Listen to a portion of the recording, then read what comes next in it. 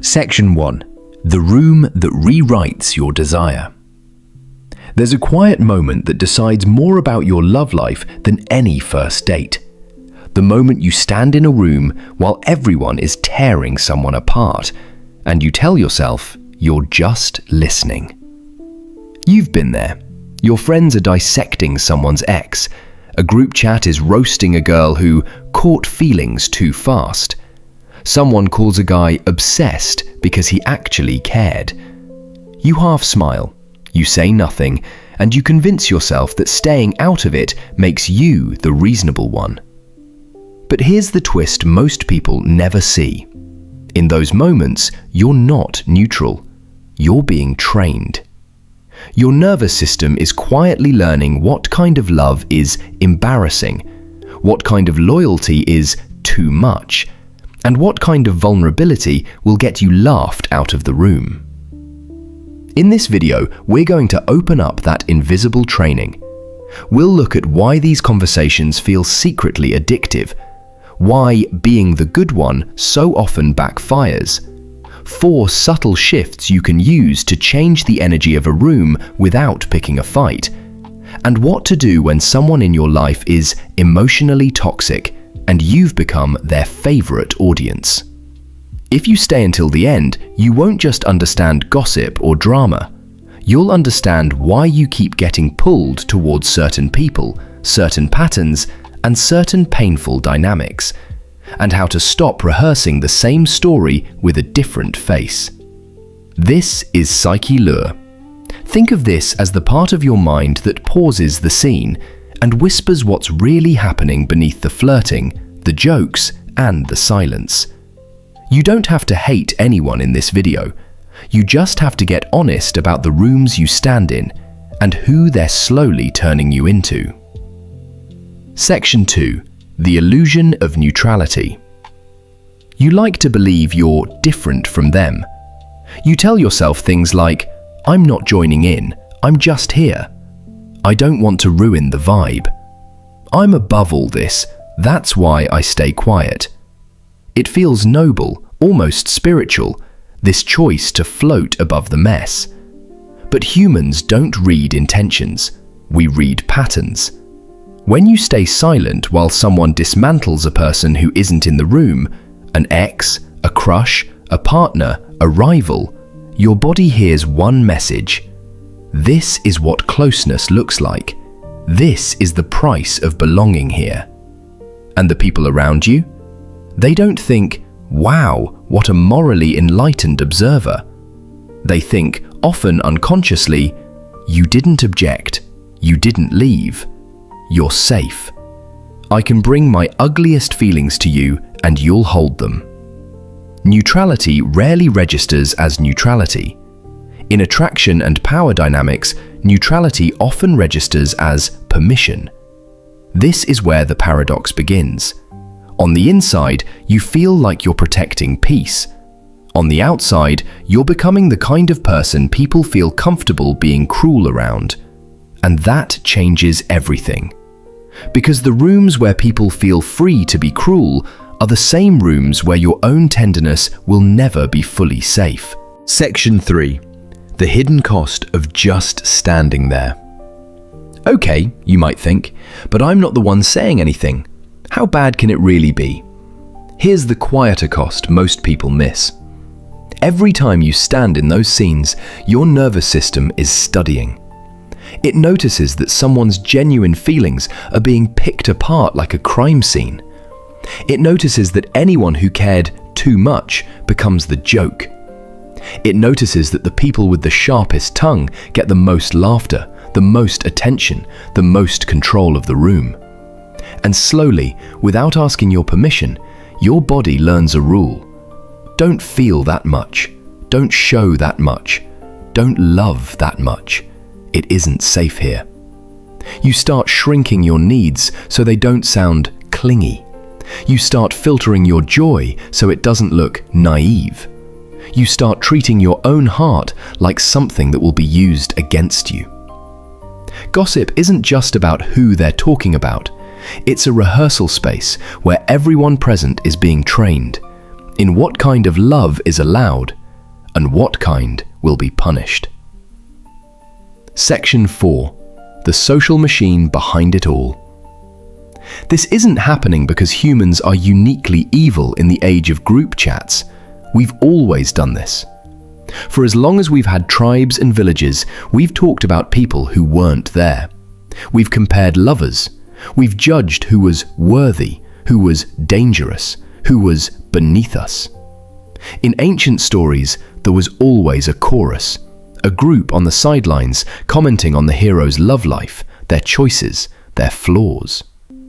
Today, that chorus lives in your friend group, your DMs, your late-night calls. Psychologists would say gossip is one way groups calibrate. Who counts as desirable? What counts as embarrassing? How much emotion is too much? When you listen, you're not just hearing opinions about some distant person. You're hearing the unwritten rules of your microculture. Men who care that much get walked over. Women who want clarity are crazy. Anyone who asks for more is intense. And here's the unsettling part. While you're standing there, laughing or staying quiet, you're not outside that machine. You're a part of it. Your silence is a tiny vote in a hidden referendum about what kind of love is allowed to exist around you. Section 5. Why you crave the dynamics that drain you. If these moments feel so wrong, why do you keep getting pulled into them? Because on some level, they feel good. There's a little rush when someone spills a secret about their situationship. A jolt of electricity when a friend tells you how insane their ex became. For a second, you feel superior. At least I'm not like that. Your brain gets a hit of 3 things at once. Status, you're on the normal side. Belonging, you're inside the circle that knows the story. Safety, the chaos is happening to someone else. It's a seductive cocktail. You connect with people not by sharing love for someone, but by sharing contempt. You bond over what you would never tolerate, even if, in private, you already have. And without realizing it, you start to seek out people who create this energy. The dramatic ex, the chaotic data, the friend whose relationships are always on fire. Because their stories feed the part of you that's addicted to feeling less messy by comparison. The paradox is brutal. You feel closer to people through tearing others down. But every time you do, you reinforce a world where deep feeling is mocked, loyalty is suspicious, and emotionally present people are labeled weak. Then, years later, you wonder why you keep ending up with partners who are half in, half out. You've been marinating in a culture that treats wholeheartedness like a disease, and you didn't even notice. Section 6. Why being the good one often backfires. Maybe you've tried to push back. You said something like, "This feels a bit harsh," or "Maybe they were just struggling." And what happened? They rolled their eyes. They told you you're overreacting. They made a joke about you next. The room turned your discomfort into content. It's tempting to conclude, "See, this is why I should have stayed quiet." But here's what's really happening. When you challenge people in the exact moment they're using contempt to feel powerful, you're not just criticizing their words, you're touching the fragile part underneath. The insecurity, the rejection, the shame they've never processed. Most egos don't respond to that by softening. They perform harder. They turn up the volume. They turn you into the new character in the story so they don't have to look at themselves. In a group that's addicted to entertainment, even your attempt at kindness can be converted into a bit. So no, you weren't wrong to feel what you felt. You were just trying to use a direct moral argument in a room that's running on pain disguised as humor, and that almost never lands. Section 7. 4 subtle shifts that change the room. Now that you see the mechanics, the question becomes, what can you actually do without starting a war, without lecturing, without turning every hangout into a seminar? Think of these 4 shifts as ways of changing your role in the scene. You move from being the quiet audience to being the person whose presence makes cruelty harder to sustain. They're not about fixing anyone. They're about protecting your own heart without abandoning your intelligence. Shift 1. Soft loyalty to your own values. Imagine a friend is mocking their ex for catching feelings too fast. Everyone laughs. You feel that small twist in your chest because deep down, you know you've done the same thing. Instead of staying silent or giving a speech, you drop something light but truthful.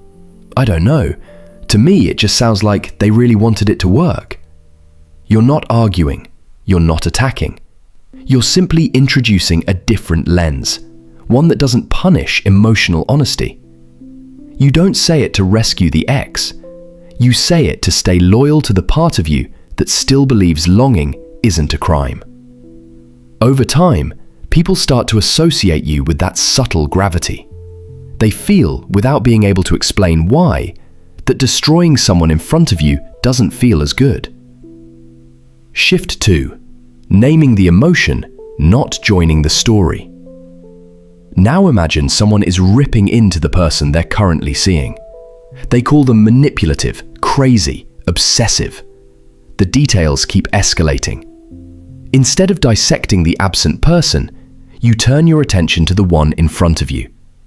It sounds like you felt really betrayed, or you sound more hurt than angry. You haven't defended the target. You haven't argued about facts. You've simply brought the focus back to the raw feeling that's driving the rant. Often, when people feel truly seen in their hurt, the urge to keep humiliating the other person drops. The performance loses its fuel. You stop feeding the character assassination, and you start inviting an actual conversation about their pain. Shift 3. Redirecting your attention like it's currency. Sometimes the energy is too thick to shift with one sentence. The group is spiraling into the same old story about how all men are trash or all women are manipulators. You feel your own mood sinking, so you quietly decide, I'm not funding this scene with my attention. You change the subject, not dramatically, not with a sigh, just a gentle pivot. By the way, you said your cousin got engaged. How did that happen? Or, you mentioned you had a really good date last month. What was different about that? You're not pretending the pain doesn't exist. You're just refusing to spend another minute rehearsing a narrative that makes everyone smaller. Attention is not neutral. Where you place it tells your nervous system what matters. And when you consistently move it away from contempt and toward curiosity, your whole idea of love starts to rewire. Shift 4. Letting discomfort do the teaching. There are times when none of this feels right. The conversation isn't just petty, it's mean. They're tearing into someone's body, their trauma, their history. You can feel your respect for the room dropping with every sentence. In those moments, you don't need a clever line. You just need an honest one. This is getting a bit heavy for me, or I don't really want to talk about them like this. And then, you stop feeding it. You change the subject, or you physically step away. Will it be awkward? Yes. Should it be? Also yes. That small silence that follows your sentence will teach them more than a perfect speech ever could. Not because you've shamed them, but because, for once, their entertainment hit a boundary that didn't move. If a room needs you to betray your own values to feel alive, it was never your room to begin with. Section 8. when the person is the pattern. There's one more layer you can't ignore. Some people don't just occasionally vent, they live in this energy. Every time you talk, they're updating you on who disappointed them, who used them, who turned out crazy. Every partner is eventually a villain.